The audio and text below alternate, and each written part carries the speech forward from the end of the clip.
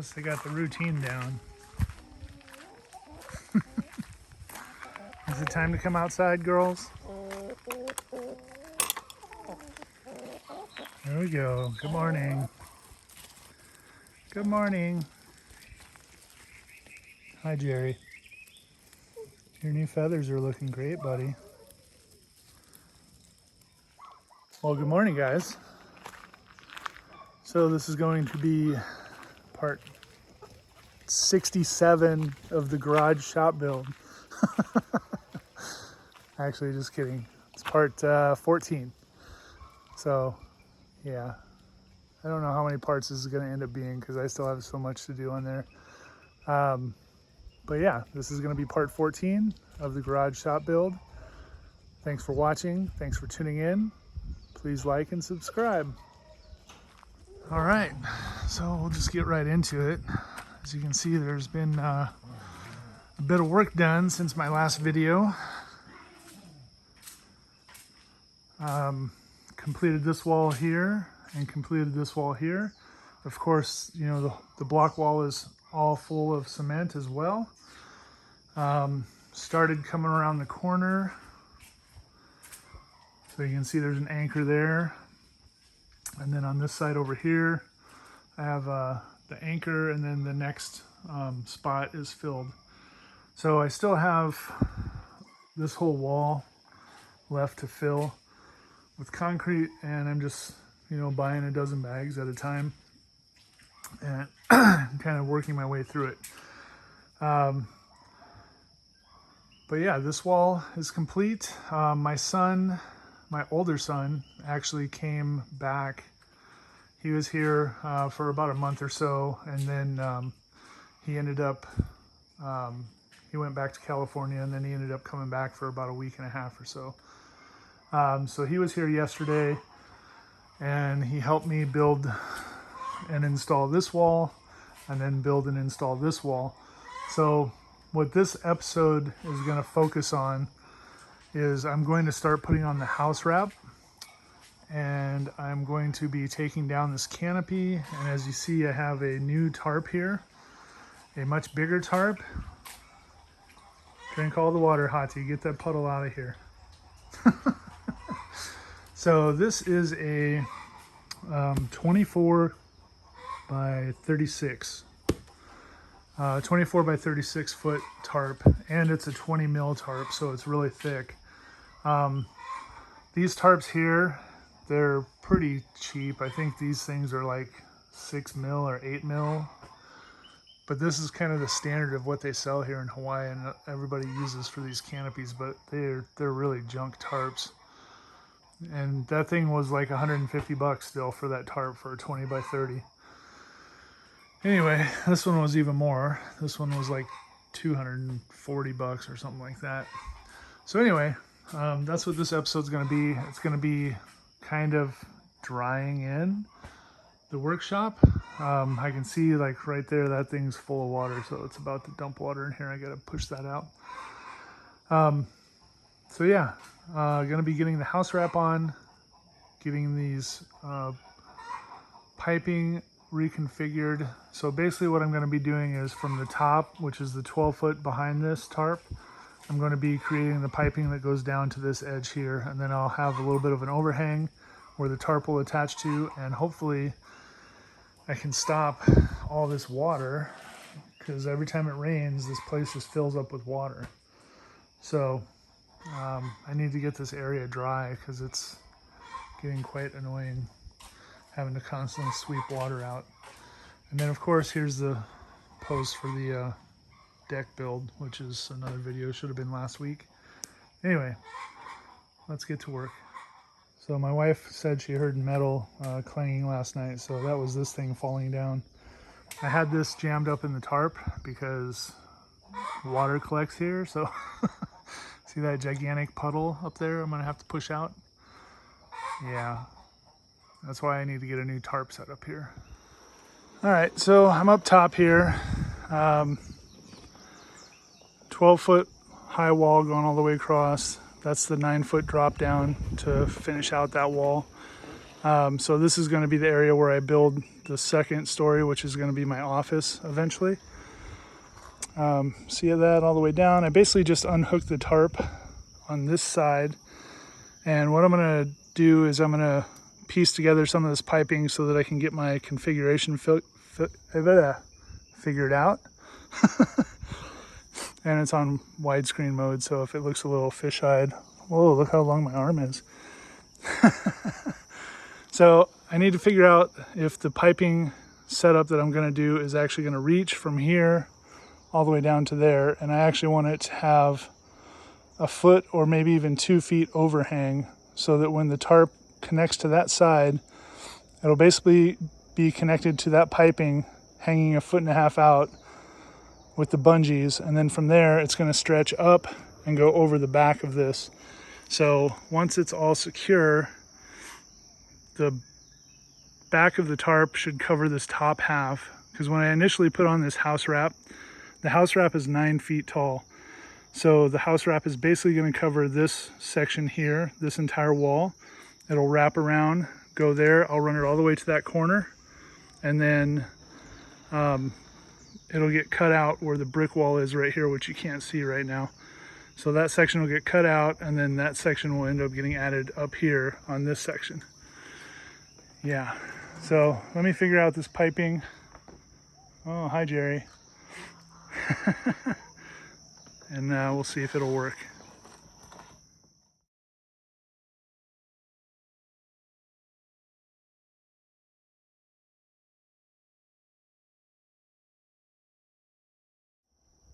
All right, so that's the basic setup. The only difference is this is going to be a T or a cross, so that it could pick up the middle support. And then this piece down here, this little cutoff piece that's in between there, I'm going to end up making that longer. So this is going to stick out probably another foot or so.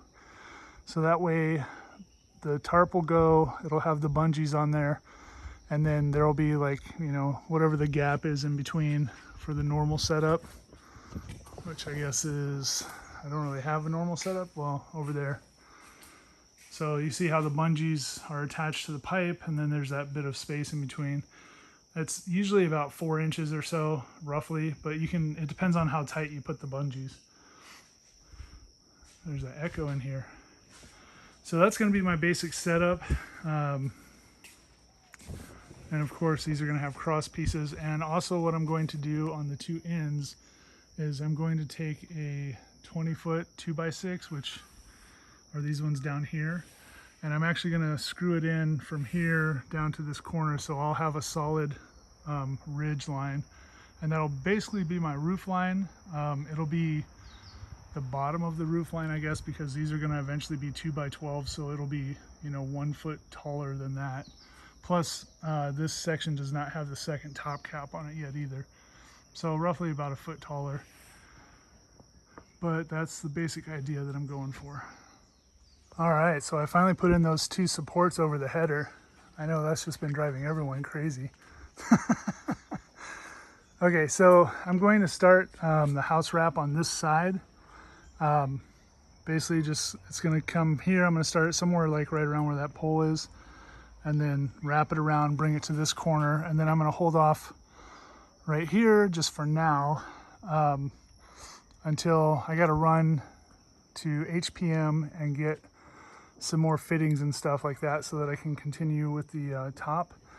But for me to run the 2x6 from this corner down, I'm gonna need to put a piece up here because this wall is sticking out 6 inches, right? Because I haven't built this top wall yet. So I'm gonna put this piece here up there temporarily. I'm gonna screw in from this side to hold it up, and then I can screw my 2x6 at the top and then run it down here so that it'll actually be even with the wall. But before I do that, I wanna put the house wrap on because it's gonna kind of go over that. So, which of course will still be temporary, but I need to do that now. All right, so this is my house wrap. I went with the Tyvek this time. When I built the shed, I just bought the, I don't know what the brand is. I think it's just the Home Depot brand, which is about half the price of what this stuff is. This was I want to say $180 for this roll, which sounds crazy, but it's 9 foot, and I know this is upside down, 9 foot by 150. So I noticed when I bought that other house wrap that I used when I built the shed, it seemed like moisture still got through it. So Tyvek is, you know, the big name brand. Hopefully it's better. I'm hoping it's better. But anyway, that's what I bought to use on the workshop. Just better quality, hopefully. So I'm gonna get started unrolling this.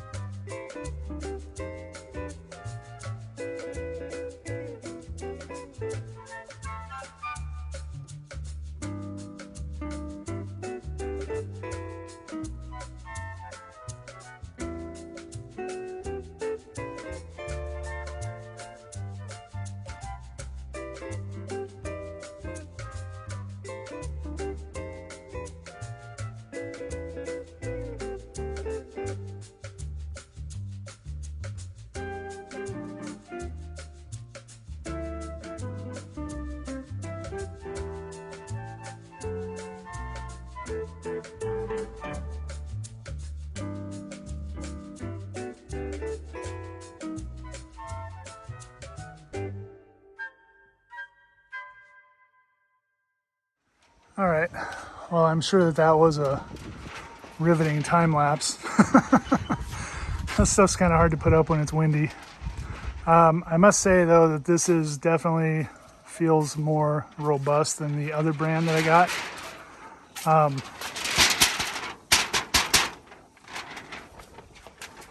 Sun. So I gotta get finished getting this secured. As you can see, part of the bottom here is still not done. And then this is going to get wrapped around and stapled and cleaned up here. Basically what I'm doing is I'm putting it about 6 inches so it has enough to fold over the top plate, and then that brings it down so that it's just a couple inches past where the sill plate is. So once I get this buttoned up, it won't be quite so billowy. And of course I got a wrinkle right there in the middle because I should have stretched it to that corner before I started securing this, but oh well, you can only do so much, you know. It's all gonna get covered up anyway. Okay, so I made it to the store and I got all of my new brackets. So basically what I'm doing is I'm switching over from a angled setup. So all of these brackets have angles on them, obviously, because it's a, you know, standard like pitched roof style. So I switched over to a flat bracket style. So all of these fittings are all flat because I'm going to basically have a flat roof coming down. So that's everything. So now I guess it's time to pull this down, all this tarps and piping, and then start getting the new stuff set up. Yeah.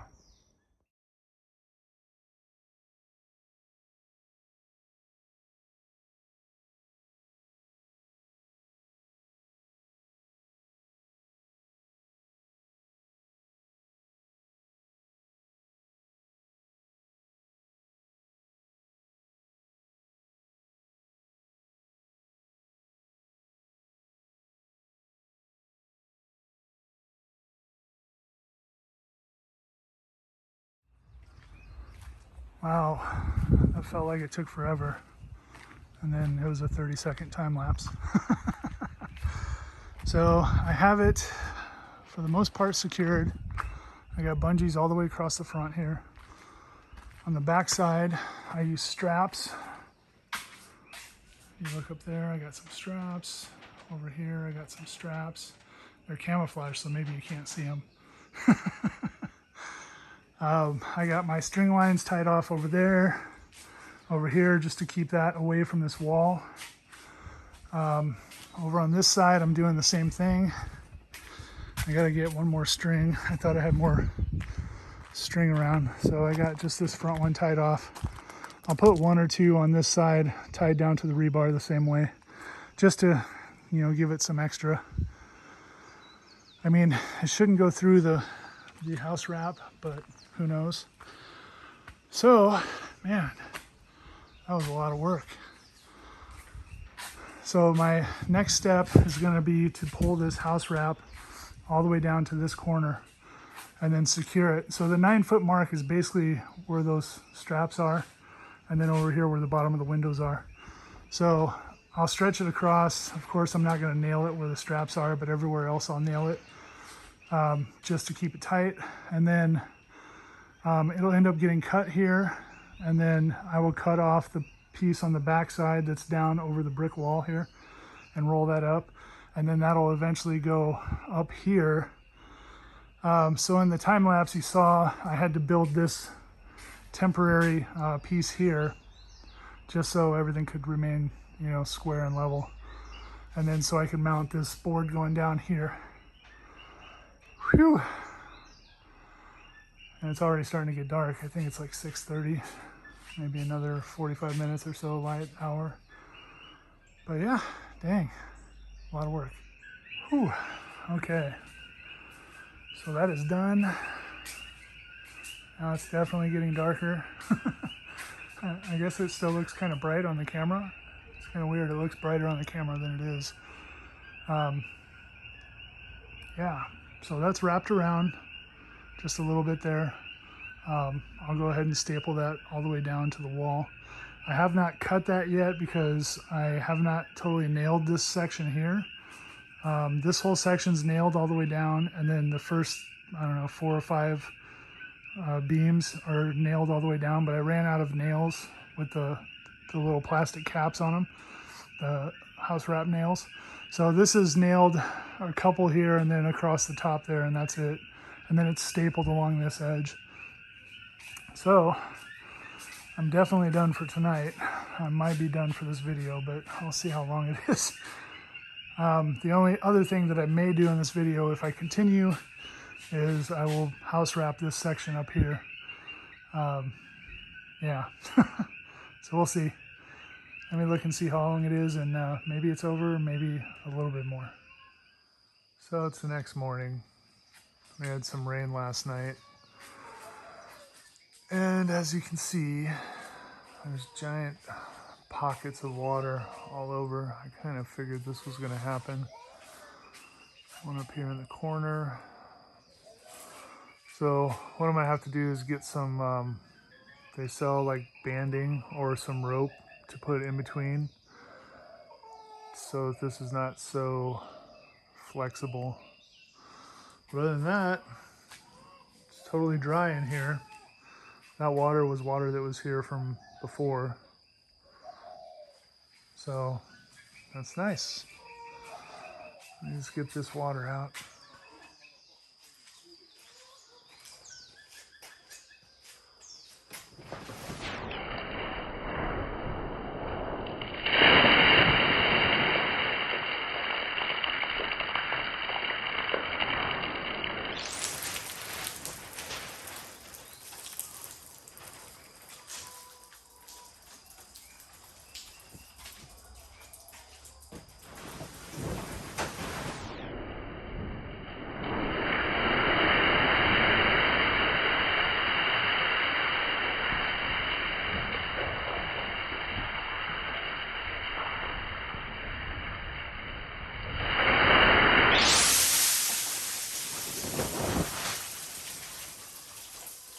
Okay, I think I'm probably just going to go ahead and end this video. One thing that I did do, as you can see, is I had some of these 20-foot 2x6s, and those are meant to be my second top caps. So I just happen to have 3 of them, which is kind of what I needed. So I put those up in the center. They're actually screwed in on both sides, and we'll see how that helps with the water. If it still continues to pool, I will get some rope and do some lines like back and forth in between, just to kind of keep it a little bit more rigid. So I didn't do this yet. I'm not really in a hurry to do that one because it has the overhang from the tarp. So I swept out some of the water. You can see there's still a little bit. This will dry up over the next day or two. And then this is just from where I swept the water out. But yeah, otherwise it's pretty dry in here. That back corner is even drying out. So I think we're good. One thing, let me walk over and show you. Okay, so I just wanted to show basically what's going to be the roof line. After looking at it, I think that I may end up raising this back wall up one more foot, maybe even 16 inches, just to get a slight bit more slope on the roof once the roof is actually installed. I'm still thinking about that, but we'll see, as we go.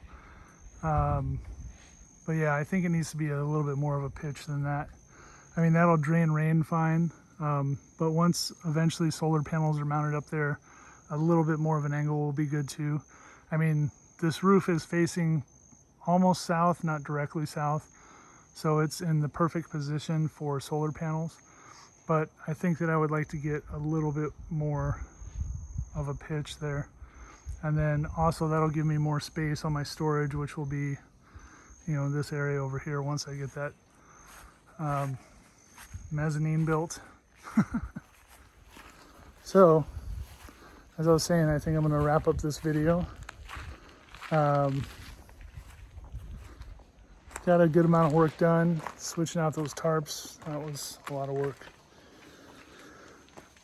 Got all the house wrap on for the most part. I guess the next video will be finishing out this wall. I still need to get concrete in there, so I got to go get some more concrete and then continue with that. Then this wall will go up very quickly. I may not even do a video of it, we'll see. Then from there, I think these videos will kind of start tapering off a little bit because I basically got to save up money. The next big things are going to be getting the roof joists, which are expensive. The 24-foot 2x12s are like $100 each, and I need like 20 of them. So 18 of them, something like that.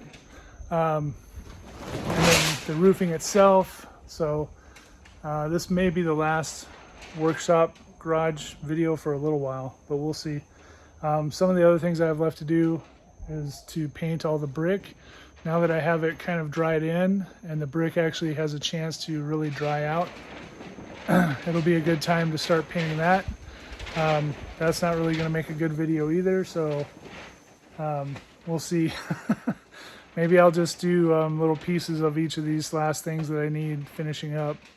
And then it'll just be down the road as I get stuff done. Building the mezzanine will probably be, one video there. And I could actually do that before I even get the roof going. And then that'll give me my spot where I can start building up the walls for the office as well. So we'll see. I'm still in the middle of working on the deck. That only had the video last week was the first video, so there's going to be a couple more videos of that. But anyway, I'll see you guys on the next video. This is part 14 of the garage workshop build. As always, thanks for watching. Please subscribe and like, and I will see you on the next video. Aloha.